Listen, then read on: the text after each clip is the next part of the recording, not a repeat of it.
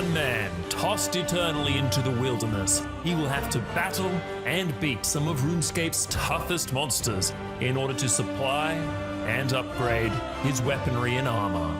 All of this while being able to be attacked by any other player at any given time. But who? Who would take on such a fearsome challenge? I present Wildanator. Hello guys and welcome to episode, 1. Feels great to be saying it, but this is going to be the start of Season 2. I have a whole video dedicated to the exceptions I'll be making for Season 2, along with a new goals list. So if you haven't seen that, I'd advise going back and watching our last video. And if you've just started joining us in Season 2, you've missed a hell of a journey in Season 1, so I'd consider going back and watching that first. I want to get all the non-wilderness stuff punted out at the start of this video, so I can just spend a day or two out of the wilderness and then lock myself back into it. As a very small recap, we'll be doing all the quests to unlock the monsters within the Wilderness Slayer Cave, plus a few extras, so we can do Dragon Slayer 1, unlock the KDB, and have the DFS on the goals list. As well as that, I'll be able to complete up to the medium Wilderness Diaries. We'll also be allowing the house, so I can make my own obelisk, and also the tool storage for a spade to get some clue juggling content. Whatever quest items I'm able to get within the wilderness, naturally, I will. I thought a good place to start would be killing the imps at the God Wars dungeon, so I can get the 20 balls of wool needed for Sheep Shearer, as well as the 10 bread that I need for Death Play 2. Nice little start here, landing a very early Eki key as well as some bread. That's another ecumenical key in the same drop as a blue wizard hat, and yes, this is where I get my trademark blue hat from. First invent in, nice load of hats and wool for the quest. Imps also drop pots of flour and bread dough, so we can cook those into bread for the quest as well. There's another ecumenical key. Getting pretty lucky with these keys, that's another one. Another ecumenical key, making some money getting these quest items. That's those set of quest items knocked out, which is pretty nice. Got some extra balls of wool for jewellery, which is always nice, plus some blue wizard hats, and we made 430k from the ecumenical keys. All quests I'm going to be doing in PvP worlds. Ironman helm to make myself look like a bit more tasty with a smiteable item, as well as 5 mil cash in my inventory. Bit nervous as I don't know the PvP worlds, quite like the wilderness, but let's just go balls deep and tell you straight into Varrock. Because the food we use is blight as well, we don't have any combo food. Okay, I was just worried about getting absolutely manhandled, but doesn't seem to be anyone here that can attack me. Oh, that guy did try and attack me, but he's a too low level. This could be interesting. We're doing the Priest in Peril quest, and that's the Guardian dog down, so I need to go back and tell King Raould about that. I'm very aware at some point I'm going to have to lose a loads of food to take some rune essence back, or pure essence, because that's what I've got. Let's tele back into Varrock and see if anyone's there. Hopefully not. It's quite a scary teleport. Okay, that guy definitely could have attacked us. I don't know how easily I'm going to be able to get away from PvP worlds. Thank God he was attacking somebody else. This was the part of the quest I was on about. We've got over 300 pure essence, so don't need to worry about getting that quest item. I'm going to do it in a trip of 17 and 2 16s, and yeah, just kind of hope we don't get attacked, because if we do, I'm really going to struggle to get away. I think it's probably worth bringing in Tangles. Does that even work in a PvP world? Maybe we'll find out. Handing in the last load now to complete the Priest in Peril quest. That was a whole load of fuss about nothing. We didn't run into anybody, thankfully. I did feel very exposed with only a little bit of food, but that's our first quest complete. We're going to be doing Rune Mysteries next. I think that Lumbridge, I'm pretty sure, is a safe teleport. I'm almost certain. But I think as soon as you run into the castle and things, you can be taxed. So probably have to watch out for that, although we are very close to the bank.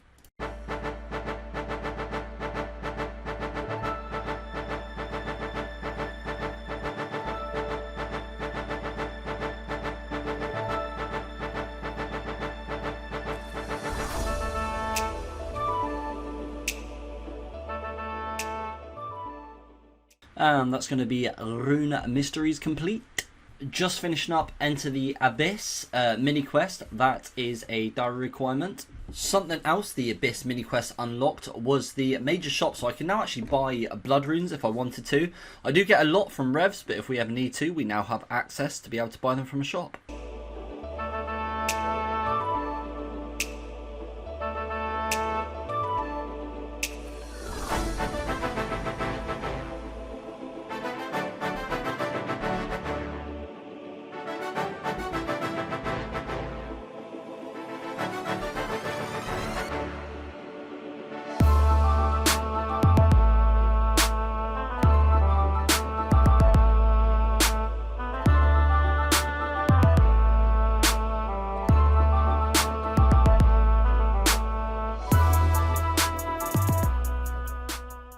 The quests we just completed there were all prerequisites for the giant dwarf, which we need to partially complete for the diary requirement.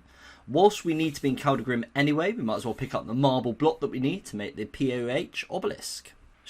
Oh, he did get the freeze. Absolutely not today, thank you, fella. Managed to get away just as he got the TV.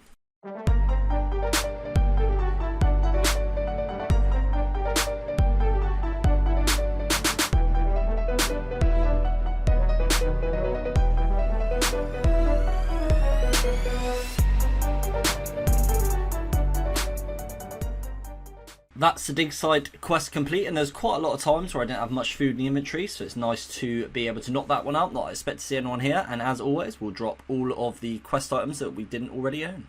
This was potentially a damn close one. As you can see, I got TB'd right as I pulled the lever, so had he come through, yeah, that would have been it for me, because I'm really far from a bank. I wouldn't have been able to take the lever back, so he really should have come through. Probably thought it was a lure, but we got away with one there. We can't wear the Dagenhide for this part of the quest because we need to be less than 0 grams for it. But again, if we get caught, we got 5 mil, we got the pet on us, and yeah, we got 5 food, so I should be pretty easy prey should we get caught. Fortunately, we didn't get caught. I mean, doing quests, you know, it is kind of unlikely, but I don't really hold back any punches. I do just teleport into any area. But that's the Temple of Ikov complete. We're getting pretty ballsy now. We've got just 1 food because I had to remove loads of stuff, like the clothing to get in the camp. That guy there is kind of freaking me out. He looks like a scout or something, and we've got 1 food with lots of risk. But let's just quickly get this finished up. I think we're just going to go for smithing. I haven't really given it much thought about what I'm going to be using it on. Second one might as well go on smithing as well. A little bit of smithing XP never hurts, and that should be quest over. That's tourist trap complete. Just finishing up another quest. We actually had to staff bash Dad, the big troll, and the troll generals because I forgot any sort of weapon, but fairly straightforward. Troll stronghold done. This is going to be waterfall quest finished up, and total of 16 quest points. 16 quest points, and I have all the prerequisite quests for desert treasure. It's quite funny. I only need to start that so I can be assigned dust devils. Now all we need to do is knock out the really easy quest to be able to start Dragon Slayer 1. Super easy one finished up. I like the fact that was based around the edge of the wilderness. Yeah, super easy quest, Romeo and Juliet, but this has way too many cutscenes for my likings. I start talking to Romeo in the middle of Varrock in the busiest PvP world, so I'm kind of hoping that I can see my character down here, that he's not just stood in the middle of Varrock Square, waiting to have his head chopped off. Let's see if we're about to die, or... Okay, so we're fine. Romeo and Juliet completed. Yeah, I really wonder whether I just stood there that whole time, or whether I went somewhere. Oh, 89 can't attack me. Oh, but they can, and that's multi-combat. That's going to be a fuck no from me.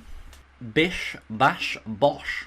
And by completing those simple quests, it meant that we had the quest points to be able to start Dragon Slayer 1. So we picked ourselves up a couple of anti-dragon shields, so we're able to start the King Black Dragon. So now we just need to get ourselves a house and knock out the last couple of bits for our diary requirements, and then we can permanently lock ourselves back to the wilderness. We just have 2 tasks left, one of which is to lower out the Fountain of Rune, and the other one's to have the Zamorak Mage teleport us. So let's get these ones done and the easy diary knocked out.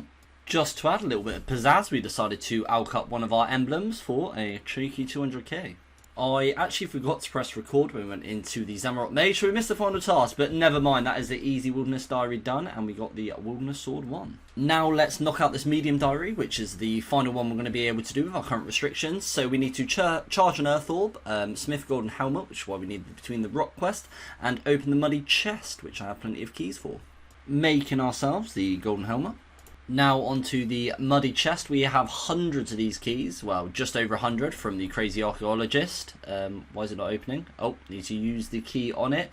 Oh, I didn't realise you got everything every time. I thought you got one of the listed things. Never mind, we'll just pick up the rubies, as everything else is pretty pointless. For the orb charging requirement, I'm going to need to get myself a glass blowing pipe, which I can get from my house, from the tool storage. So we're going to go and make a load of nails. We're going to just make adamant nails, because I do remember at the start of construction be a pain in the arse of any other nail. Hopefully we can use them, there's no requirement on it. Once we've got 35 construction, we'll be able to take out our glass blowing pipe, and then we'll be able to make our orb in order to do the last diary requirement. To get the planks, we're just going to be picking them up from the graveyard. There are loads of zombies around, so it's probably going to be a bit of a pain, but we've only got to do it to 19 construction, then we can use our oak planks from Vetion.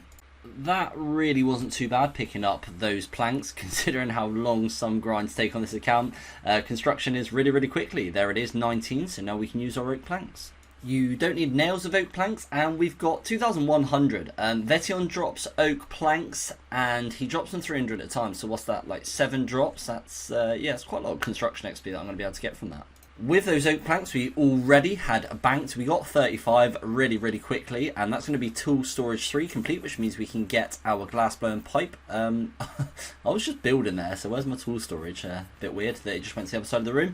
But there it is, glass blown pipe. We can also get a needle. Not sure what good that does because we can't tan hides, but I might as well grab myself an apron because yeah, never been able to get one before. We're going to be making 2 of the unpowered orbs because as well as the earth for the medium, I need to make an air orb for the hard diaries. Not that we can complete it, but we might as well tick that one off.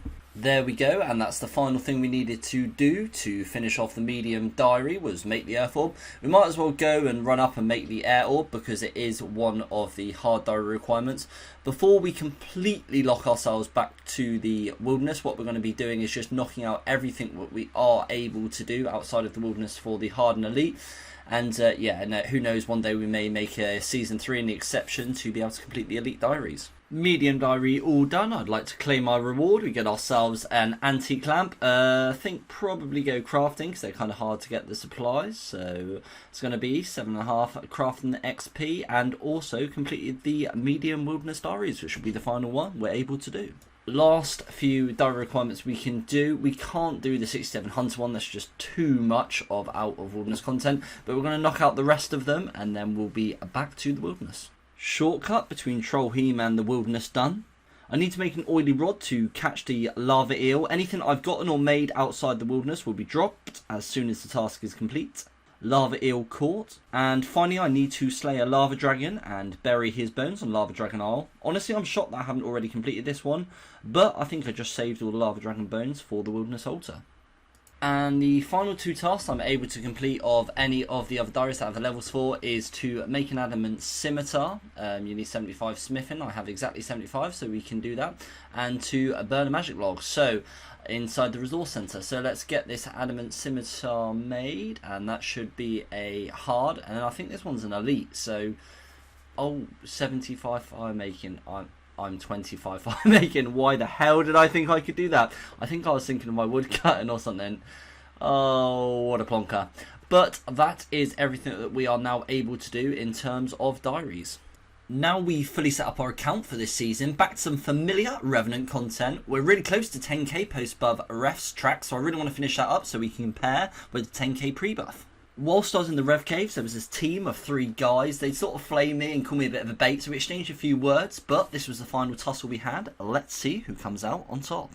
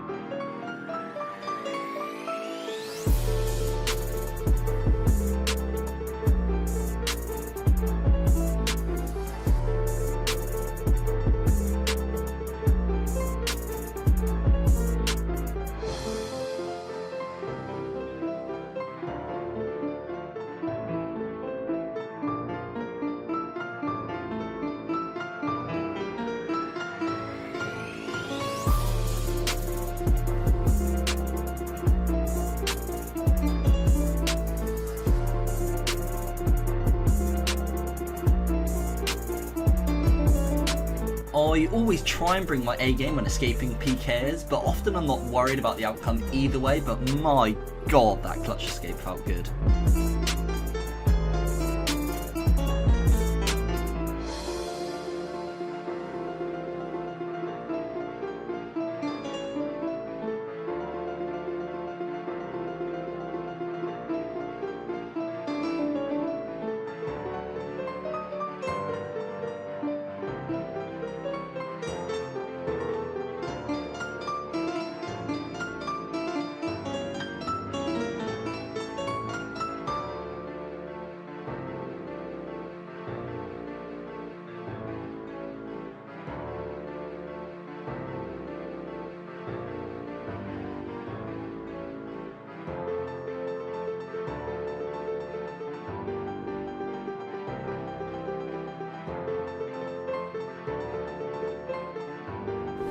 When one lives in the wilderness, he becomes in touch with all terrain and creatures. Except for Dragon Bolts. Dragon Bolts are a very different thing. Good fight, Tubby.